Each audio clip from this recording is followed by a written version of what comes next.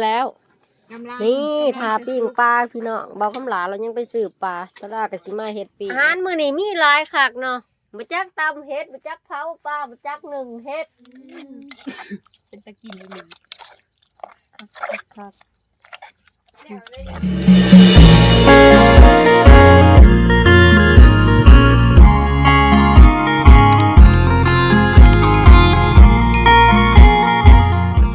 สบายดีจ้าสวัสดีค่ะ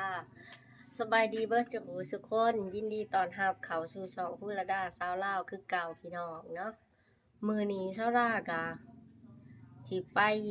ต่างเมืองก้นไปหาเพื่อนเนาะหาหมู่เพิ่นแบบว่ามีเวียกร่วมกันจักหน่อยเนาะมีเวียกร่วมกันแล้วสิไปหาเพิ่นสิไปเยี่ยมพยายามสะดาบ่ได้ไปหลายเดือนน่ะเนาะกะมื้อนี้ถือว่าสะดาว่างมีโอกาสเนาะสะดาว่างมีโอกาสสะดาสิไปหาเพิ่นอยู่เมืองเพิ่นเนาะอยู่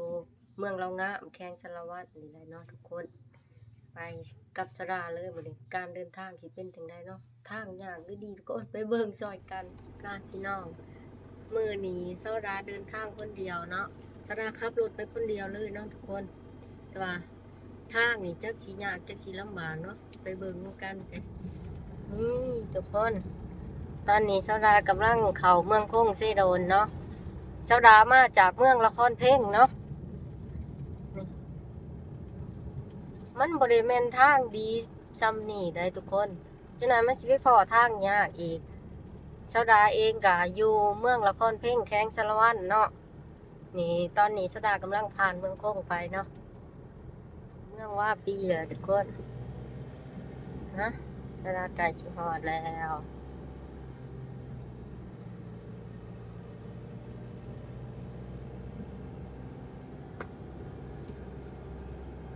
เนาะทุกคนนี่สดาสิเขาเมืองว่าปีอีกเนาะที่ผ่านมาเมื่อกี้ผ่านเมืองโค้งมาเนาะสดาผ่านเมืองโค้งมาอันนี้แม่นเมืองว่าปีชาวเมืองว่าปียินดีต้อนรับจ้าไปต่ออีกทุกคนยังบ่ฮอดง่ายดอกสิไปบุกเบิกคนทางกว่าจะฮอดทางดีเบิดยังแต่ทางบ่ดีพี่น้องเอ้ยเขาเฮ็ดทางใหม่เนาะล่าสุดสาวดาเขามาหนทางที่มันเป็นทางแดงแล้วพี่น้องเอ้ยเบิ่งขี้ดินง่ายกลุ่มบ้านข่อยความเจริญคักเนาะพี่น้องมาเถอะขี้ดินง่ายกลุ่มเลยเนาะมาเถอะรถแกมันในนี่ทุกคนเลยดากำลังสีใส่ทางลาดเส้นนี่เขาไปเมืองเรางามเนาะทุกคนเมืองเรางามแข้งสารวัตรเนาะแต่ว่าส่วนโซดากับมาจากเมืองเพ่งเนาะผ่านมา2 จังหวัดนั่นแหละกันจิว่ากันเนาะผ่านมา2 จังหวัดที่3ก็เป็นเมืองเรางามเนาะโซดาใส่เส้นทางตัวนี้ลัดมาเนาะป้าไงกลุ่มเลยพี่น้องตอนนี้โซดาเขาเมืองเรางามเลยเนาะทุกคนแต่ว่าพอกับแม่เนาะพอกับแม่เพิ่นอยู่หน้าโซดาสิแวะเอาหมึกแตงมาฝากเพิ่นเนาะโซดาซื้อหมึกแตงมาฝากพ่อกับแม่อยู่หน้าเนาะให้หลานถือมาหอดเที่ยงแม่เลยทุกคนโอ้นั่งบ่ใส่เสื้ออ้าวสบายดีฮะโอ้ไม่ใหญ่อาบแล้วบ้าน่ะความสิได้กันอาบน้ำเลยดิโอ้รถอามาก็ใส่อีกเลยลูกแล้วก็บริไปใส่แม่ก็มาคำแก้วผลเนี่ยเพื่อไปใส่ฮะเมื่อออกลูกย้อนค่าสอกับค่าสอนะไปเผาตี้อะคุ้ยมาเพียวจิไปปากคอให้อีกห้องนี่บ่ได้มาเกือบเป็นเดือนท้อเห็นยังฮดอยู่บ้านละสวนซอยมีใหญ่นี่ฮะบ่ฮะ หรือว่าโฮสซอยเป็นใหญ่ สวยผม อืมโอ้ผู้บ่าว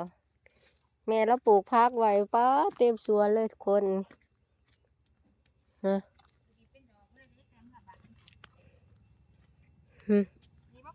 อยู่หน้าทุกคนอยู่หานอยู่หน้าเดียวจักหน่อยสะดากะสิเข้าเมื่อบ้านน้ำอาบสบายน้ำอาบแบบธรรมชาติเลยเนาะอยู่หน้าแม่สะดาสิกะสิเข้าเมื่อบ้านเนาะเมื่อหาหมู่พุ่นแหละเมื่ออาบที่เมื่อบ้านไปบ่เมื่อบ่บ้าน ขึ้นมาดีวะ เมื่อเดียวนี่แหละ ขึ้นมาไหวแท้ ขอสิไปปักทองทุกคนตอนนี้ก็สรามาหอดเมืองรองงานเรียบร้อยเนาะมาหอดเฮือนหมู่ได้เรียบร้อยเนาะบ่ฮู้ว่าเพิ่นสิเฮ็ดหยังกินมื้อนี้ก็โซดาก็ชวนเพิ่นกินหยังดีเพราะว่าเป็ดมันบ่ได้เนาะ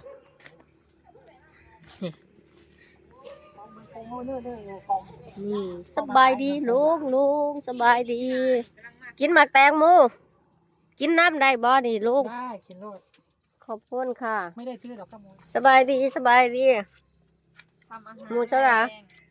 เธอทำอะไรกิน หนึ่งเฮ็ด หนึ่งเฮ็ดพี่น้อง หนึ่งเฮ็ดหนึ่งเฮ็ด ว่าสิปิ้งเป็ดก็คากบัดมาผัดบ่มีเป็ด ตัวแห้งเด้อ พี่น้อง บ่าวเรางามนี่ตัว ข่อยคิดอยู่ได้ว่าข่อยสิจับมาแต่บ้านข่อยคือลำบากแท้ว่าเขาว่า บ่าวมานำ เอ้าก็ว่าสิมาเอาอยู่นี่เนาะขี้ข้านไล่จับเป็ดแหมฮะ นั่งรถอีกอย่างขี่รถดับจักรบอก เน่หล่นเข้าอยู่อันเทิงรถ โอ้ หั่ ย น ใครสิไปขี่โอ้เอาเขามานำเนาะ อืม ลืมมาถือเขามาให้6ศพ เอาง่ายตามเฮ็ดกระดาน เออ เป็ดละแสบเนาะ แซ่บจิ๊ดนะ อืม ยากินแหนมันไม่มีวิตามินกิน ดูย่ายเราดูเฮ็ดกิน โอ้ยฮักเฮ็ดพูดดิ ไม่บ่มีเป็ดก็เอาปลามาปิ้งกินเนาะเฮาเนาะใหญ่ไปเลยอย่างแหละกินปลามันจะง่ายกินเป็ดมันกลัวหยาก ปิ้งอะไรก็ได้ยกเว้นไม้ปืน ไม่พื้น ไป ไม่พื้นปิ้งกิน เขาดีหุ้มไปบ่หุ้มไปก็จะไม่มีก้าว ล้างพักไว้ มันบูดบ่ก่อนที่ว่าชาติบ่เขาเฮ็ดเขายังลายอยู่ ก็จะบ่ทันปิดอยู่ดอกอาหารป่า ไปแม่ พูดหลายคนก็ลาเป็นลาดอกเป็ดไทย ลุงละก็จะบ่ทันปิดอาหารป่าลุงละ เอาใส่หม้อให้ใหญ่ ใส่บ่อดอกเนาะเดี๋ยวจะเอาบ่อกดบ่อดอก อียังจะมาหอนเราจะเขามาเลยบ่ แม่เฮือนหาไอติมข้าวนี่ก็ออกมาหนึ่งแล้วสิได้กินอยู่บ่ปลาสิไปซื้ออยู่บ่หรือบ่ไปฮะ ไม่ใช่แบบที่นั่งรถเนี่ยนั่งมาดิล่ะ บ่เครียดแล้ว นั่งรถ เศร้าคดีเก่ายังบ่ทันจบอยู่เว้าขอยยังเหลือใจขอยอยากหาอยู่ยังหนึ่งเฮ็ดใกล้สิได้กินแล้ว กำลัง นี่ทาปิ้งปลาพี่น้องเบาคำหลาเรายังไปสืบปลาสลากับสิมาเฮ็ดปิ้งเนาะ เฮ็ดช่องเก่าเนาะ เอ้า จังหวะปรุงเฮ็ดแล้วก็เอาอันนั้น เอาหยังพอแล้ว ตัวนะ โป้งหนึ่งเฮ็ดแล้วก็บ่มีหยังบ่แม่นบ่ แม่ตัวว่า ฮะมื้อนี้บ่ได้ปิ้งเป็ดกับปิ้งปลาพี่น้องเอ้ยแซ่บคือเก่านี่เฮ็ดแจ่วส้มเนาะแม่ปลายัดใส่วันนี้นี่เนาะปลา2โตมื้อนี้ปิ้งปลาบ่ได้ปิ้งเป็ดกับปิ้งปลา ก็กินแต่หัวมันสองหัวแค่นั้นแหละ กินอะไรบ่ลูกกินแต่หัวกับอิ่มบ่ สองหัว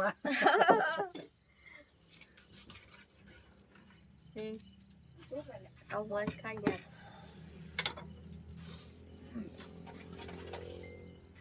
รีบปลาปิ้ง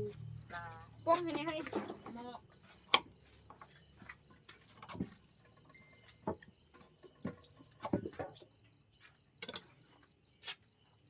น้ำ ปรุงพี่ให้นี่ที่ทางไหน น้ำน้ำคันหัวให้ มักทั่วอีหยังนั่นนี่ เก็บมาจัง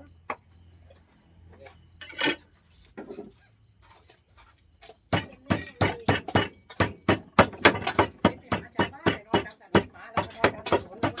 อดคำคือเก่ามื้อนี้พี่น้องเอ้ยเบิดค จะนอนจังหวะนี้ตายรถน้ำบ่ดีนะให้มีคนซื้อ ำมาหันบ่ เป็นชนะคนอื่น แม่พุ่งให้มาเมย์มันงามมันกินข้าวแล้วก็หนีอยู่จะไปไว้ในแขนมันดึง วงดนตรีดังเลยเด้อวงดนตรีดังเลยเด้อ ถ้ามาพูดจะได้ยุ่ง ถ้า แบบ สัตว์ นี้ จุ่มเบา ถ้าเรียนสั่งมันติดเจอกัน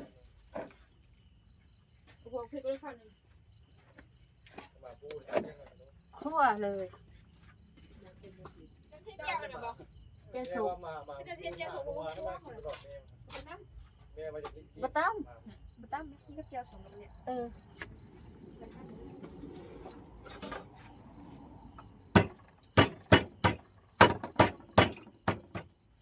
ไม่ดำสี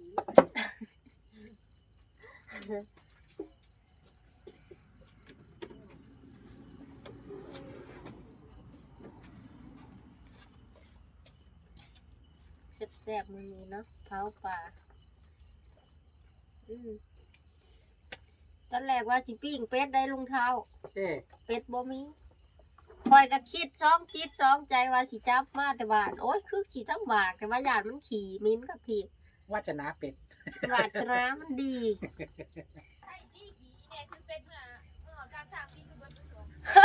กระจอบการว่าสองตัวพ่อแม่บอกมันดูตรงนี้แหละ หาบ่เห็นเลยบ่ มันบินเลย ตัวนึงมันกินไปตัวนึงกับปลามันอีกคนนึงปลาแล้วสิไหนปลา แต่สิได้เนาะเฮ้ยเนาะ เด็กตัวบักใหญ่มันบักยิ้วขาวของอีบิว ยิ้วก็ถือผ้า เดี๋ยวนี้ค่ะที่เกิดพร้อมกันปีหน่อย2-3เดือน ได้จักเดือนเดียวนี่ 3เดือนก็2-3เดือน ผู้นี้ไล่เดียกันเลยเนาะ มันโทรหาอยู่มันนะมันให้สื่อสารผ่านไปส่งลึกมันแค่วิวเหมือนลงสักยามนะปั่นมันนะ แยกหัวสิไข่แล้วก็ท่าเกลือมันเลยพี่น้องเอ้ยเตรียมปิ้งเลยเด้อท่าเกลือก็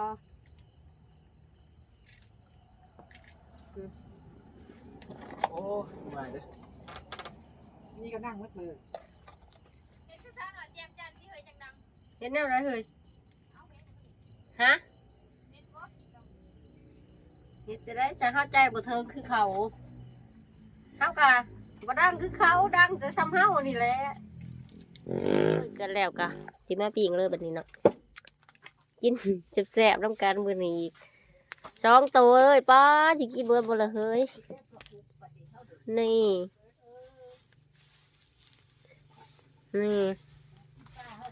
ปิ้งปลา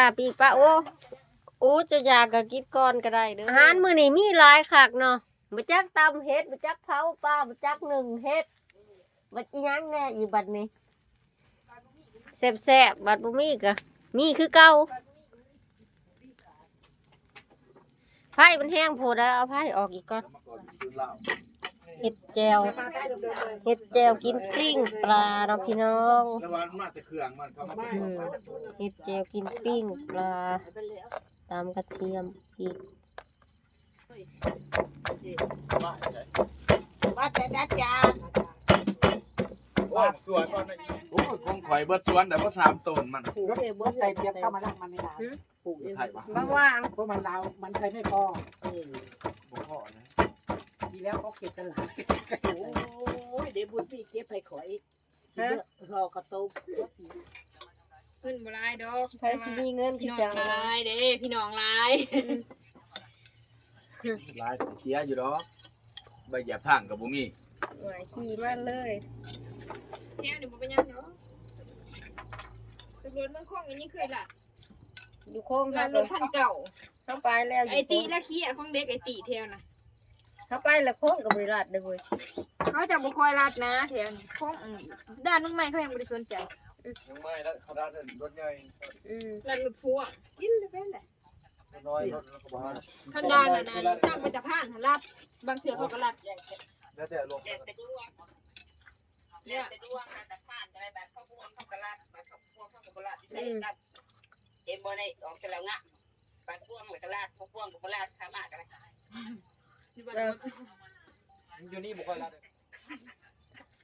จ่ายมาเด้อเงินค่าคนเขามาใหายเด้อ เป็นไงโบเต้ เราอยู่หันเนาะเราอยู่หัน พ่อใหญ่โบสอยู่เพื่อนผู้เดียว โอ้ยเนาะไม่เต็มพอหามันหมายบาท บ้าโซนมีแต่พวกโสด คอยกระโซดเดียวนี่บ่จักล่ายังวะ เป็นลูกเป็นเล็กเอง แบบว่าซูโสดบ่ทุกคน โอ้อีเตด้วยธรรมดาเลยเนาะ จะเจอซะ ใหญ่ก็เป็น ใส่ผักหอมลงปลายพี่น้อง บ่ว่า เจียวแซ่บๆเนาะมื้อนี้นะ เป็นตะกินเลย ครับ แล้วเลยเนาะ เจียวกิมปลา ก็เย็นว่า ปิ้งปลาพร้อมกินแล้วพี่น้องนี่เด้อแซ่บๆกันเนาะ ข่าวเด้อเจ้า อ่า ของ อาหารหลายเลยนี่ปิ้งปลา บ่ โอ้ยถั่วจิโต๊ะมาจาก โอ้ยเขาเย็นได้ส ปิ้ง วย ปลาโถมีไงแล้วก็อยากเขาบ่ได้อุ่นนะหายาย กิน บ่บักขับดิ ปิ้งปลาอาหารแรงอีกมื้อนี่อยู่เมืองลองงามพี่น้องมื้อนี่ไปเลยสมาขากินข้าวน้ำกันเด้อพี่น้อง หมดเด้อ มากเลยตะกาง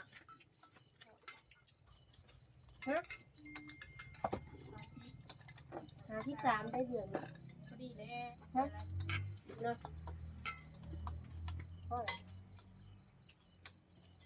โดดมันไปอีก ไป รถ เดี๋ นี่ ยว นะ ไว้ รถนี่นะลูกเสือต้องคอยที่ผ้านี่คอยไปคอยว่าท่านไปมันรถหุ่นไปคอยไปน้ำหน้าคือชุดเก่าพามันกิน ว่าสิได้บวกเด้อ ไปบ้านพ่อใหญ่ตังไปกายมันบอกว่า บูจักขอบูจักเรา พอท่านอยู่ที่ตำน้องเลยบอกยายตังนั่น แต่ส่วนถ้าใช้เครื่องผมไปขา ให้แน่บ่ได้ถือเนี่ย เราไป โอ้เปลี่ยนจำขนาด ใช้เครื่องผมไป ยันได้ถือย่างแล้วถิดบ่จักถิดหนาโอ้ยแม่นอีหลี เมื่อไหร่ไง ขนาดเอามื้อนี้เราย่ามให้เราเปลี่ยนก็ได้เราสิเมื่อบ้านถิดหนาเราบ้าเลย เค จ้ะ ยแล้วเจ้า สภาพอยู่ใส่สบาย ปักซี่ โอเคป่ะโอ้ ทางขึ้นเมื่อวานทางขึ้น โอ้โอ้ยนายได้เปลี่ยนนะ ปรารถนาเจ้า กันย่างวันนี้ก็แล้วเลยเด้ทำยายแล่นกับเปลี่ยนไปยายแล่นไปจังหวะ ไปจวดอยู่ไอ้กระตรวจมันเป็นบ้านยังก่อน นี่นะหมูอันนี้ ว่า มันละวาด ไปบ่พูดจงเหือบ่เพิ่งมาได้ ที่เก่า ได้บ่ โกนหลาย อยากไปเบิ่งอยู่ดอกบ่เคยเห็นจักเทื่อ แต่น้องไม่เสียงหลุดไป เสียงหลุดอยู่ไม่ใช่ มีเพื่อนยัง ข้าง เพิ่นยังทางได้นี่นี่ ใช่ครับแจกเศร้าแจกเศร้า ยังมันติ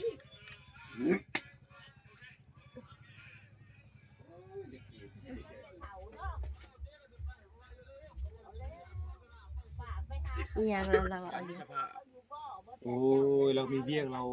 ไม่เบียกมัน เขายามเขามีเวียกเขาผมไม่นว่าเบียกเรามาหรอก เอาให้กินแต่หน้า